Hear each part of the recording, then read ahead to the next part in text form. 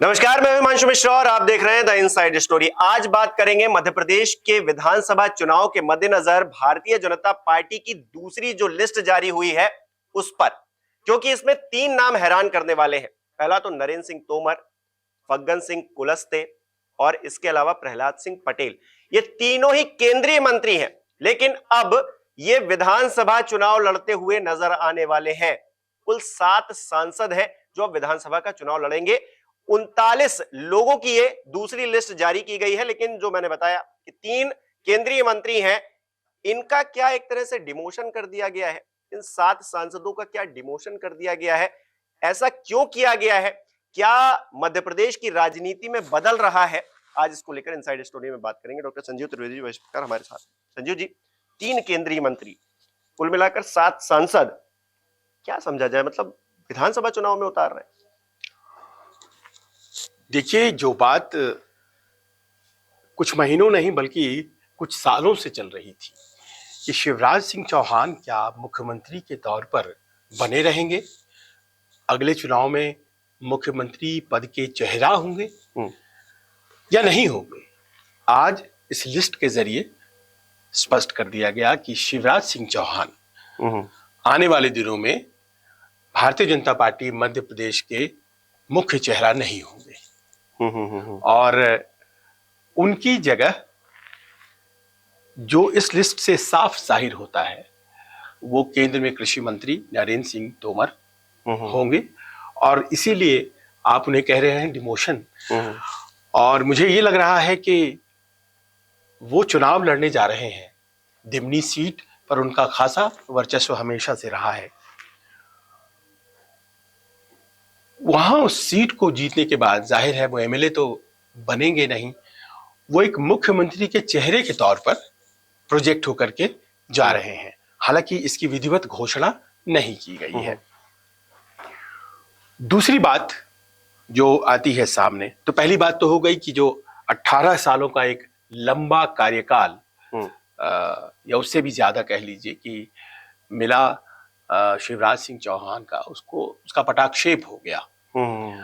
और हार तो वो पिछली दफा गए थे, लेकिन फिर जिस तरह से ज्योतिरादित्य सिंधिया द्वारा कांग्रेस छोड़ने के बाद, विधायकों को साथ लाने के बाद एक बार फिर से उनकी सरकार बनी थी, लेकिन केंद्रीय नेतृत्व का उन पर विश्वास नहीं जम पाया। तो उनके मुख्यमंत्री के तौर पर जो करियर था उनका, उसके ऊपर पटाक्षेप हो जाता है।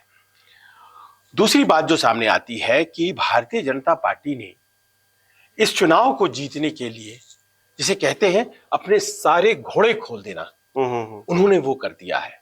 7 सांसद, जिसमें से 3 मंत्री हैं, उनको विधानसभा चुनाव लड़ने के लिए भेजा जा रहा है।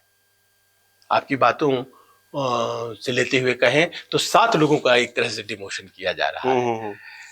अब देखिए, प्रहलाद सिंह पटेल पूर्व में भी सांसद रहे हैं, उमा भारती जी के साथ थे वो। फग्गन सिंह कुलस्ते पूर्व की सरकारों में मंत्री रहे हैं। उसके अलावा राकेश सिंह बहुत जमाने से सांसद हैं। गणेश सिंह सतना से बहुत जमाने से सांसद हैं। रीति पाठक सांसद हैं। इन सबों को भेजा जा रहा है क्योंकि अपने अपने क्षेत्रों में आप जाइए, अपनी सीट भी निकालिए और साथ साथ आसपास के क्षेत्रों को मजबूत भी करिए। नरेंद्र सिंह तोमर, मान लीजिए अगर वो लड़ते हैं तो भिंड मुरैना पूरा इलाका जो है, उसमें एक खासा असर उनके होने का होगा। उसके अलावा आप देखिए कि पिछली दफा कैलाश विजयवर्गीय ने अपने बेटे को इंदौर वन से लड़ाया था। इस बार आकाश नाम है, आकाश विजयवर्गीय को ऐसा लग रहा है कि टिकट कट गया उनका, क्योंकि उसी सीट से उनके पिता कैलाश विजयवर्गीय का नाम आ गया है। तो इस बात को ध्यान में रखते हुए कि भारतीय जनता पार्टी के लिए यह चुनाव जीतना बहुत जरूरी है, क्योंकि सत्ता में आज की तारीख में वो है, और इस बात को भी ध्यान में रखते हुए कि शिवराज सिंह चौहान एक पॉपुलर गवर्नमेंट नहीं चला रहे हैं वहां पर, वो किसी पीछे के रास्ते से बना ली गई सरकार है जिसको वो चला रहे हैं। बहुत एहतियात प्रधानमंत्री ने बरता है और भारतीय जनता पार्टी के नेतृत्व ने बरता है और कोशिश की है कि चाहे जितनी ताकत झोंकी जा सके झोंक दी जाए और इस चुनाव को किसी भी हालत में जीता जाए। और एक चीज तो और भी है कि प्रधानमंत्री पिछले 45 दिनों में 3 बार यात्रा कर चुके हैं, 6 महीने में 7 बार जा चुके हैं। तो इससे दिखता तो है कि भारतीय जनता पार्टी को भी ये एहसास है कि शिवराज सिंह चौहान के नेतृत्व वाली जो सरकार चल रही है वो कहीं ना कहीं जमीन पर कमजोर है। जो आम लोग हैं, क्योंकि भारतीय जनता पार्टी अक्सर अपने सर्वेज भी करवाती है पार्टी के अंदर, तो कहीं ना कहीं शंका तो है कि शिवराज सिंह चौहान को अगर आगे रखेंगे तो फिर ये चुनाव हार जाएंगे। यही वजह है कि नरेंद्र सिंह तोमर जैसे बड़े चेहरे को, और कहा ही जा रहा था कि क्या वो रेस में है और क्या वो आगे आकर नेतृत्व कर सकते हैं। तो इस लिस्ट से ये समझा जाए, अब मुख्यमंत्री को लेकर जो रेस है उसकी बात कर लेते हैं कि नरेंद्र सिंह तोमर ज्यादा प्रभावी होंगे बजाय शिवराज सिंह चौहान के। किस तरह से होंगे अगर होंगे तो? यकीनन देखिए, आपके पहले प्रश्न का तो सीधा जवाब है कि किसी केंद्रीय मंत्री को आप विधायक का अगर चुनाव लड़ने भेज रहे हैं तो जाहिर है कि वो एक मुख्यमंत्री का चेहरा है। सिर्फ एक कैबिनेट मिनिस्टर को भेजा जा रहा है, बाकी जो 2 मंत्री हैं वो दोनों राज्य मंत्री हैं, फग्गन सिंह कुलस्ते और प्रहलाद पटेल। तो नरेंद्र सिंह तोमर के बारे में आपने सही कहा, बहुत दिनों से ये चल रहा था कि शिवराज सिंह चौहान रिप्लेस किए जाएंगे और उनके बदले नरेंद्र सिंह तोमर जी को लाया जाएगा। किसान आंदोलन भी चल रहा था और किसान आंदोलन के दौरान बहुत बढ़िया प्रदर्शन मंत्री के तौर पर उनका नहीं हुआ था। आंदोलन इतना लंबा चल पड़ा, कोई ऐसा निगोशिएटिंग पॉइंट नहीं ढूंढ पाए कृषि मंत्री के तौर पर जिससे कि वो वहां मौजूद किसानों को कन्विंस कर पाए और आंदोलन खत्म करा पाए। तो उस वक्त ये बात आपको याद होगी, खूब चली चर्चा की क्या कृषि मंत्री बदलने वाले हैं। लेकिन उनका अपना एक रसूख है, एक सम्मान है भारतीय जनता पार्टी मध्य प्रदेश इकाई में, तो उनके लिए एक उचित स्थान ढूंढना भी था। अब इस उहापोह में कि क्या मध्य प्रदेश में मुख्यमंत्री बना के भेजा जाए, एक दुविधा आ रही थी और वो दुविधा ये थी कि शिवराज सिंह चौहान ठहरे ओबीसी नेता और उनको हटा करके एक ओबीसी नेता को तो लाया जा सकता है, लेकिन अगर एक सवर्ण को ला दिया जाता, ठाकुर समुदाय से आते हैं नरेंद्र सिंह तोमर, तो फिर कहीं ऐसा ना हो कि जो बैकवर्ड वोट्स हैं वो हमारी चली जाए। और पिछले हाल फिलहाल में कुछ घटनाएं भी ऐसी हुई, कुछ उस तरह की घटनाएं भी हुई, लेकिन ऐसा लगता है कि वो सारी दुविधाएं जो थी ना उसको दरकिनार कर दिया गया है कि अगर ये सब सोचते रहे तो शायद चुनाव हार जाएंगे। तो उन्होंने बिना घोषणा किए हुए टिकटों के बंटवारे को कुछ इस तरह से ड्रॉ किया है कि समझने वाले समझ गए और ना समझे तो अनारी है। हाँ, क्योंकि वो एक होता है ना, इशारों इशारों में बात कह दी गई है। और अब आप समझ लीजिए कि शिवराज सिंह चौहान साहब जितने भी एडवर्टीजमेंट्स आजकल टीवी पे चल रहे थे, अखबारों में आ रहे थे, तो वो ये जताने की कोशिश कर रहे थे कि दरअसल वही है चेहरा, देखो हमें तो हटाया नहीं गया, हम ही मुख्यमंत्री हैं और हम ही आगे चेहरे भी होंगे, ये प्रोजेक्ट करने की कोशिश थी।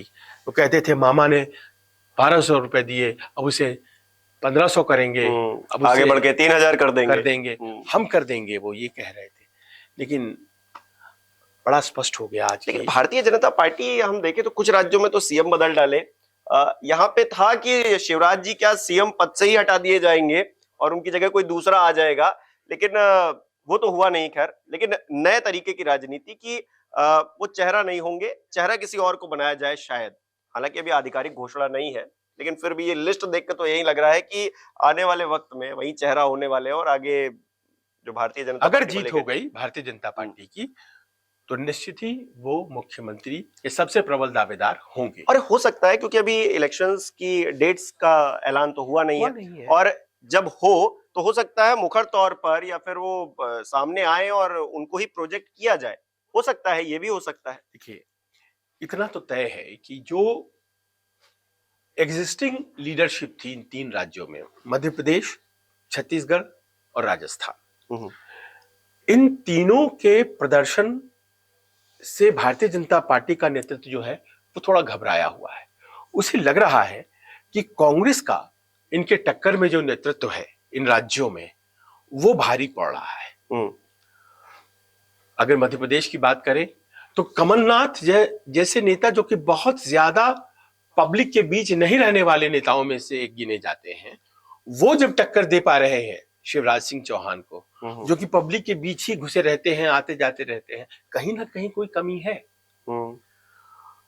भूपेश बघेल का आज तक कोई काट ढूंढ पाए हो ऐसा नहीं, और रमन सिंह नहीं होने जा रहे हैं चेहरा, ये भी बड़ा स्पष्ट है। राजस्थान में प्रधानमंत्री आज थे, भाषण भी उन्होंने दिया, वसुंधरा जी उसी मंच पर थी। वसुंधरा जी को अवसर नहीं मिला बोलने का प्रधानमंत्री की मौजूदगी में। बड़े मायने होते हैं इन सब चीजों के। बिल्कुल। आज प्रधानमंत्री भोपाल में भी थे। प्रधानमंत्री ने भाषण के दौरान भाजपा सरकार इसी शब्दावली का प्रयोग किया, शिवराज जी की सरकार का भी नहीं बोला। अच्छा, आपको याद होगा हम लोगों ने चर्चा भी की इसी मंच पर कि मोदी के मन में एमपी है, एमपी के मन में मोदी है, तो लगा कि मोदी जी पूरा ये इलेक्शन जो है वो अब शिवराज जी तो नहीं होने वाले हैं, खैर ये मोदी जी के चेहरे पर होगा। लेकिन अब ये जो लिस्ट आई है इससे लग रहा है कि हाँ, थोड़ी बहुत भागीदारी तोमर साहब की हो सकती है।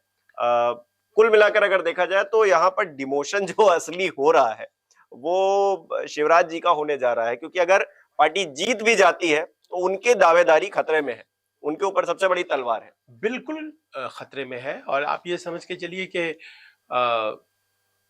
क्या वो चुनाव लड़ेंगे, क्योंकि आप याद करें जब वो यहां से गए थे साल 2003 में, तो उस वक्त वो सांसद थे और वो सांसद के रूप में दिल्ली में थे, और अचानक ये हुआ कि भाई उन्हें मुख्यमंत्री बन के जाना है।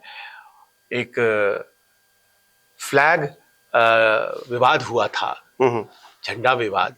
उस समय की मुख्यमंत्री थी उमा भारती जी, और उन्हें हटना पड़ा था, और उस कारण से एक सबको जो ग्राह्य हो वैसे चेहरे की जरूरत थी। तो शिवराज सिंह चौहान सांसद थे उस वक्त, उन्हें तुरंत भेज दिया गया था वहां पर। बाद में उनकी ये कौशल और उनकी कुशलता थी कि वो वहां बने रह गए, और एक नहीं दो 18 साल रह गए। लेकिन अब ऐसा लगता है कि everything good comes to an end, तो उनके कार्यकाल का पटाक्षेप हो गया। लेकिन ये आप जान लीजिए कि उनमें अभी भी ताकत है, और अगर वो लोकसभा के चुनाव लड़ते हैं और केंद्र में उनकी भूमिका होती है तो ये मान के चलिए कि वो पोजीशंस की अदला बदली हो जाएगी। जहां शायद नरेंद्र सिंह तोमर आज बैठे हैं, वहां शिवराज सिंह आपको नजर चलिए देखते हैं कि कल को क्या होता है। लेकिन नरेंद्र सिंह तोमर जो कि बड़ा नाम है, अगर वो राज्य में आ रहे हैं, इलेक्शन लड़ने जा रहे हैं, तो कहीं ना कहीं शिवराज सिंह चौहान के लिए एक बहुत बड़ा खतरा है। आपको क्या लगता है, ये लिस्ट जो जारी हुई है उसके क्या मायने आप समझ पा रहे हैं, हमें कमेंट करके बता सकते हैं। बहुत बहुत शुक्रिया। नमस्कार, मैं हूं मानक गुप्ता।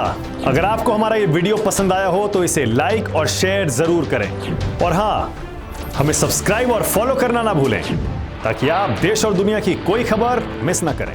तो जुड़े रहिए हमारे साथ और देखते रहिए News 24।